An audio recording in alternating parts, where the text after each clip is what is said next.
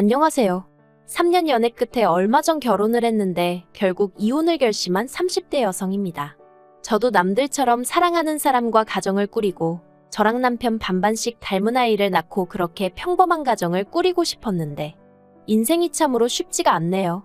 남들이 미리부터 시댁 식구들 만나봤자 좋을 거 없다고 해서 남편한테 프로포즈를 받고 나서야 시댁 식구를 만나기 시작했거든요. 그런데 생각해보면 그게 오히려 문제였나 싶기도 해요. 진작에 이상한 집구석인 걸 알았더라면 괜히 제 인생에서 3년이란 시간을 남편과 낭비할 이유도 없었을 테니까요. 남편하고는 지인의 소개로 만났어요. 다만 처음부터 남녀 사이로 연애나 결혼을 목적으로 두고 만났던 건 아니고 제가 당시 취미 생활이 하나도 없어서 이것저것 시도를 해보는 중이었거든요. 그런데 지인 중 한 사람이 그 얘기를 듣더니 자기가 아는 사람이 사진을 정말 잘 찍는다면서 한번 그 사람한테 배워보는 게 어떻겠냐는 거예요. 그래서 얼떨결에 남편을 소개받았습니다.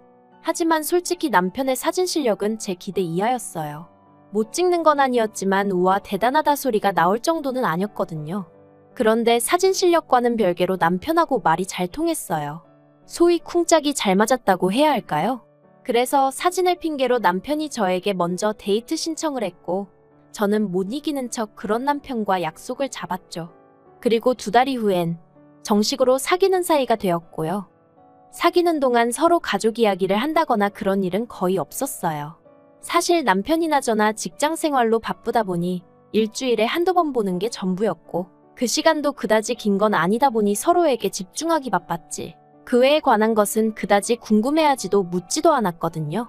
하지만 작년 늦가을 남편에게 프로포즈를 받으면서 처음 시부모님을 만나게 되었네요.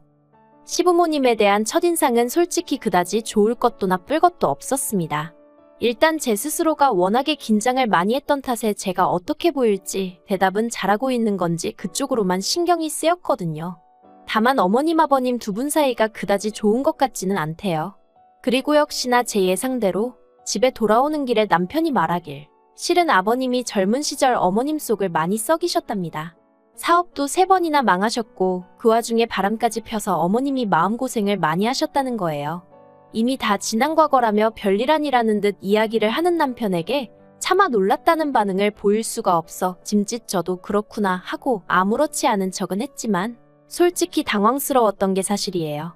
아들은 결국 아버지를 닮게 돼 있다는 말도 생각나고 하지만 그때는 그래도 제 눈에 콩깍지가 씌어있기도 했고 그간 지켜본 남편은 절대 그럴 사람은 아니라는 믿음이 있었거든요. 그래서 당황스러웠던 마음도 잠시 이내 별일 없었던 듯 결혼 준비를 이어나갔죠. 상견례는 제가 시댁에 인사를 드리고 온 뒤 1달 반 만에 이루어졌습니다. 장소는 시댁과 저희 집 중간에 위치한 한정식 집이었고요. 원래는 호텔 중식당에서 하려고 했는데 시부모님께서 장소가 저희 집에서 더 가깝다는 이유로 기분 나쁜 티를 내셔서 그냥 중간에 위치한 그저 그런 한정식 집에서 할 수밖에 없었네요. 게다가 상견례가 시작되고 얼마 되지 않아 서로 가벼운 대화가 오가기도 전에 시부모님께서 다짜고짜 저희 집에선 얼마나 지원해 주실 수 있냐고 한 2억쯤 가능하냐고 물으시대요. 어차피 오갔어야 할 대화이긴 했지만 그래도 뭐랄까 별로 보기에도 듣기에도 좋진 않았죠. 아무튼 아버님이 자꾸 2억 이야기를 하셔서 친정아버지가 그럼 우리도 2억을 해주겠다고 그렇게 얘기가 마무리되었어요. 그런데 신혼집을 구하는 과정에서 당혹스러운 일을 겪게 되었습니다. 분명히 상견례 자리에서 먼저 2억 타령을 해대신 아버님께서 말을 바꾸셨거든요. 무슨 말장난하는 것도 아니고 당신은 저 아버지한테 그냥 물어본 거지 당신이 2억을 해주겠단 소리는 아니었다나요. 어이가 없어서 제가 남편을 통해 아무래도 오해가 있었던 것 같다. 그러면 정확히 얼마를 해주신다는 이야기냐 여쭙습니다. 그리고 남편이 전해온 아버님이 대답은 정말 할 말을 잃게 만들더군요. 저희가 당신한테 돈 맡겨뒀냐고 얼마를 해주건 감사합니다 하고 받으면 되는 거지 벌써부터 자식들이 부모 재산을 가지고 묻고 따지고 하느냐고 괘씸하다 하셨다는 거예요. 그래서 친정에다 이 이야기를 그대로 전하니 친정 부모님이 뭐 그런 집구석이 있느냐고 결혼이고 뭐고 없던 걸로 하라셨습니다. 그래서 실제로 제가 남편에게 우리 부모님도 마음이 많이 상하셔서 당분간 결혼 이야기는 없던 걸로 하는 게 좋겠다 했어요. 그랬더니 남편이 그게 무슨 소리냐며 그제서야 자기가 시부모님이랑 제대로 단판을 짓고 오겠네 어쩌겠네 하더니 그렇게 해서 지원을 받기로 한 게 4천만 원이었습니다. 솔직히 시부모님 말씀대로 4천만 원을 해주시건 400만 원을 해주시건 그저 고맙습니다 하고 받는 게 틀린 말은 아니죠. 시부모님 두 분이 열심히 고생하셔서 번 돈이니 저나 남편이 결혼을 핑계로 무조건 요구해서는 안 되는 거고요. 하지만 시부모님이 돈을 빌미로 저나 저희 부모님을 대하는 과정에서 마음이 많이 상했던 게 사실이에요.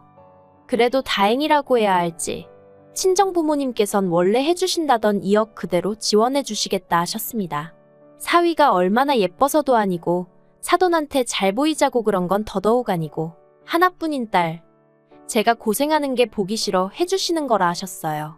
그리고 그런 저희 부모님 앞에서 남편은 제대로 고개를 들지 못했죠. 하지만 여기서 끝이었으면 얼마나 다행이었을까요? 문제는 그나마 주시기로 한 4천도 이 핑계 저 핑계를 대시며 안 주시는 거죠. 나중엔 말씀하시기를 저희 잔금 치르기로 한 날 하루 전에 주시겠다더니 막상 당일이 되어 연락을 드리니 이번엔 또 배탈이 나서 은행에 못 가고 계신다대요. 그리고 남편도 답답하고 하니까 그럼 어떡하냐고 볼멘 소리를 한 모양이던데 그걸 빌미로 막대 먹었다고 끝까지 돈을 안 주셨어요. 그리곤 며칠 뒤 말씀하시기를 어차피 그 돈 없이도 잔금 잘 치르고 하지 않았냐며 그땐 저희가 너무 괘씸해서 주기 싫으셨답니다. 그리고 이제 어느 정도 상황이 해결이 되었으니 그 4천을 1억으로 불려서 다음에 이사 갈 때 주시겠다는 약속을 하시더라고요. 당연히 믿음이 갈 리가 없었죠. 그래도 제가 파혼을 하지 않았던 이유는 딱 하나였어요. 매번 그럴 때마다 남편이 정말 죽을 듯이 저에게 미안해했거든요. 자기가 중간에서 역할을 제대로 못한 탓이다. 자기도 자기 부모님이 저렇게 쉽게 말을 바꾸시는 분들인 줄은 몰랐다. 어쨌든 미안하다. 그리고 저희 친정부모님한텐 또 엄청나게 깍듯하기도 했어요. 사실 저희 친정아버지가 저를 무척 예뻐하시긴 하셨지만 늘 아들 하나 있었으면 하시는 걸 알고 있었거든요. 그런데 남편이 나름대로 싹싹하게 저희 아버지 기분도 맞춰드리려고 하고 그런 모습을 보니까 저도 어머님 때문에 화가 나고 속이 상해도 모진 소리는 못하겠더라고요. 그리고 저희 아버지도 저한테는 남편 부모님이 이상하다며 욕을 하실지언정 자식이 부모를 선택한 것도 아니고 저희 시부모님이 그 모양인 게 남편 잘못은 아니지 않냐 하시며 정작 남편한테는 싫은 소리 한마디 안 하시대요. 아무튼 그래서 결국 어찌저찌 결혼까지 하게 되었죠. 그런데 이달 초에 있었던 아버님 생신을 계기로 결국 남편과 헤어지기로 마음을 먹었습니다. 이걸 어디서부터 어떻게 말을 꺼내야 하나 싶은데 사실 아버님 생신을 앞두고 남편한테 보통 어떻게 축하를 하냐고 물어봤었는데 그 내용이 충격적이었어요. 저는 그냥 가족끼리 모여서 식사하고 선물 주고받고 뭐 그 정도 생각하면서 올해 음식 정도는 내가 하면 되려나 싶었거든요. 그런데 그게 아니라 매년 아버님 생신이 되면 아버님 형제분들이 전부 다 시댁으로 모인다는 거예요. 그리고 그 많은 손님 대접은 전부 어머님이 하신다고요. 그래서 제가 남편더러 그러면 어머님 생신 때는 아버님이 그렇게 챙겨드리냐? 어머님 형제분들이 다 오시는 거냐 하니까 약간 허점을 찔린 듯한 표정을 짓더니 그건 아니고 아버님 생신 때만 그렇게 한다는 거예요. 좀 황당하더라고요. 그래도 뭐 평생을 그렇게 해왔다 하고 어머님이 별 말씀 없으시다 하니 제가 이러쿵저러쿵 할 건 아니다 싶어서 더 말은 안 했지만요. 그런데 남편이 말이 나왔으니 말인데 이제 어머님 대신 제가 아버님 생신을 그렇게 챙겨드리면 좋을 것 같다는 거예요. 그래서 제가 싫다고 했습니다. 어머님이야 어머님 남편이니까 그렇게 해드렸는지 몰라도 나는 그렇게까진 못한다고요. 그랬더니 남편이 이내 또다시 당황한 표정을 하더니 그러면 저더러 어머님이랑 얘기를 한번 해보라는데 도대체 뭘 이야기를 해보라는 건지 아무튼 더는 왈가왈부하기 싫어서 일단 알겠다고 하고 넘겼네요. 그리고 아버님 생신을 이틀 앞두고 어머님께서 전화를 해오셨습니다. 저더러 아버님 생신인 건 아냐 그러시길래 안다고 했더니 그런데 어째서 가타부타 말이 없냐 하시더라고요. 그래서 제가 남편하고 상의하셔야 하는 거 아니냐고 물었어요. 사실 그렇잖아요. 아버님 생신이면 어머님하고 아들인 저희 남편이 상의를 하면 될 일이지. 남편을 건너뛰고 저랑 무슨 이야기를 하시고 싶으시단 건지. 게다가 아버님 생신인 걸 제가 안다고 제가 먼저 무슨 얘기를 하겠어요. 가뜩이나 남편한테 들은 이야기도 있는데. 아무튼 제가 그렇게 나가자 어머님이 남자애가 뭘 알겠냐고 걔랑 얘기를 하겠냐면서 저더러 내일 출근하지 말랍니다. 회사에는 아파서 못 간다고 하든 어쩌든 이야기를 잘하고 시댁으로 오라는 거예요. 시댁에 와서 토요일 아버님 생신상에 차릴 음식을 같이 좀 하자고요. 황당해서 잠깐 말문이 막혔지만 제가 그렇게는 못한다고 했습니다. 제 도움이 정말 필요하다 하시면 토요일 아침에 갈 수 있도록 노력은 해보겠지만 회사까지 빠져가면서 그렇게는 못한다고요. 그리고 문득 든 생각이 정 도움이 필요하시면 남편한테 얘기해보시라고 했어요. 남편이야말로 자기 아버지 생신인데 어머님이 그 정도로 도움이 필요하다시면 연차라도 내야 하지 않겠냐고요. 그랬더니 어머님이 뜬금없이 저더러 친정에서 그렇게 배웠냐입니다. 친정까지 들먹이시는데 저라고 좋은 소리가 나갔겠어요? 그래서 저희 친정에선 부모님 생일상 때문에 자식더러 회사 못 가게 하는 적이 없어서 배우고 말고 할 게 없었다고 했죠. 그리고 결국 이튿날 저는 시댁 대신 회사에 갔어요. 그랬더니 남편도 서운한 티를 팍팍 내더라고요. 점심시간에 통화를 하는데 자기가 어머님이랑 통화를 했는데 혼자 음식하시느라 정신이 없으시더라. 날도 더운데 정말 고생하시는 것 같다. 제가 도와드렸으면 정말 좋아하셨을 거다. 듣다가 너무 짜증이 나서 제가 남편더러 그러니까 당신이 총대 메고 나서서 이런 거 이제 하지 말자고 말씀드리라고. 무슨 형제분들까지 다 불러서 생신 축하를 받으시냐고. 어머니 고생하시는 거 안 보이냐고. 아들로서 그 정도 말은 할 수 있지 않냐 했어요. 그랬더니 남편이 제가 자기 아버지를 몰라서 그렇다면서. 모르긴 뭘 몰라. 자기가 사업 망하고 바람피고 어머님한테 개차반이라고 다 말해줘 놓고.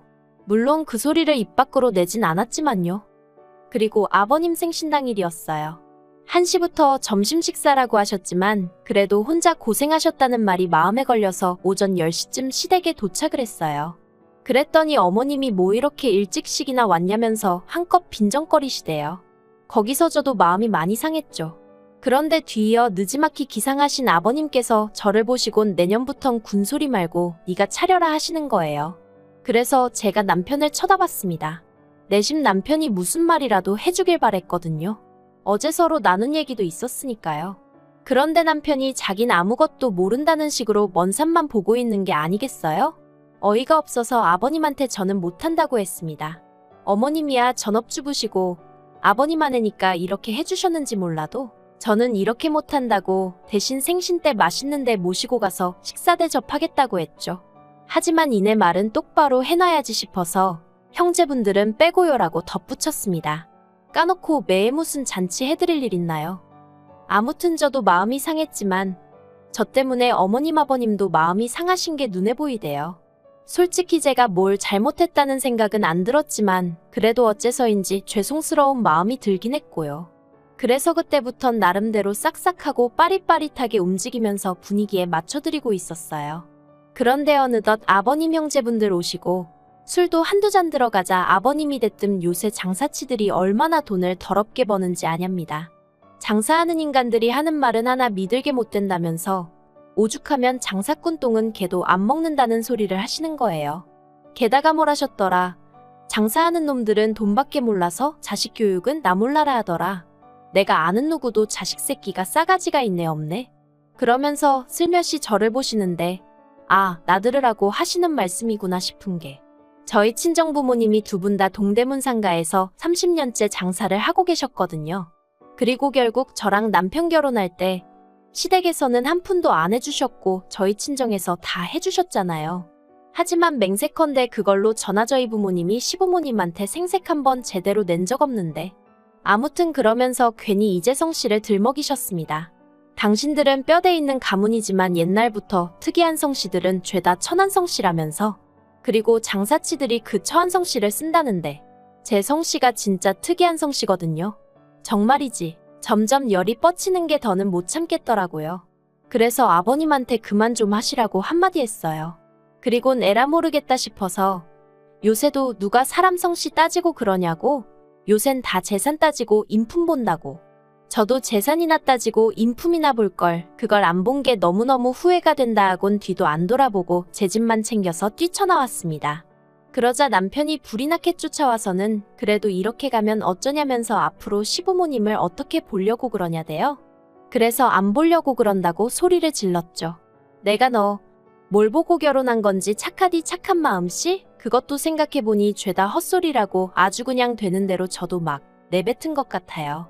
너무 성질이 나니까 말이 되나 안 되나 따질 새도 없었거든요. 그래서 결국 이튿날 남편한테 이 결혼 없던 걸로 하자 했어요. 다행히 혼인신고는 서류 작성까지 다 끝내놓고 같이 가서 신고할 시간이 여의치가 않아 못하고 있었는데 저희 조상님이 도우셨다 싶대요. 친정 부모님까지 저희 집에 오셔서는 남편한테 쓸데없이 우리 원망하지 말라셨어요. 그리고 시부모님한테도 전화하셔서 장사치니 뭐니 이상한 소리 하지 말고 나이가 많은 것도 아닌데 어디 가서 돈이라도 벌라고 아들 하나 장가 보내면서 부모가 돼서는 쪽팔리지도 않았냐고 한마디 하셨다네요. 진짜 양반 집구석이면 이런 경우 없는 짓거리 하겠냐면서요. 그리고는 뭐 결국 아버님하고 저희 친정아버지하고 서로 쌍욕하시면서 싸우신 것 같은데 저희 친정아버지 표정이 밝으신 걸로 봐서는 제가 걱정할 일은 없는 것 같습니다. 아무튼 이렇게 몇 달 만에 결혼 생활 종치고 나니까 여러 가지로 회의감도 들고 사람들 보기도 민망스럽고 정신이 없네요. 시간이 좀 걸리긴 하겠지만 그래도 더 깊은 수렁으로 빠지기 전에 발을 뺐다는 사실을 떠올리며 힘내서 이 시간도 견뎌봐야겠죠.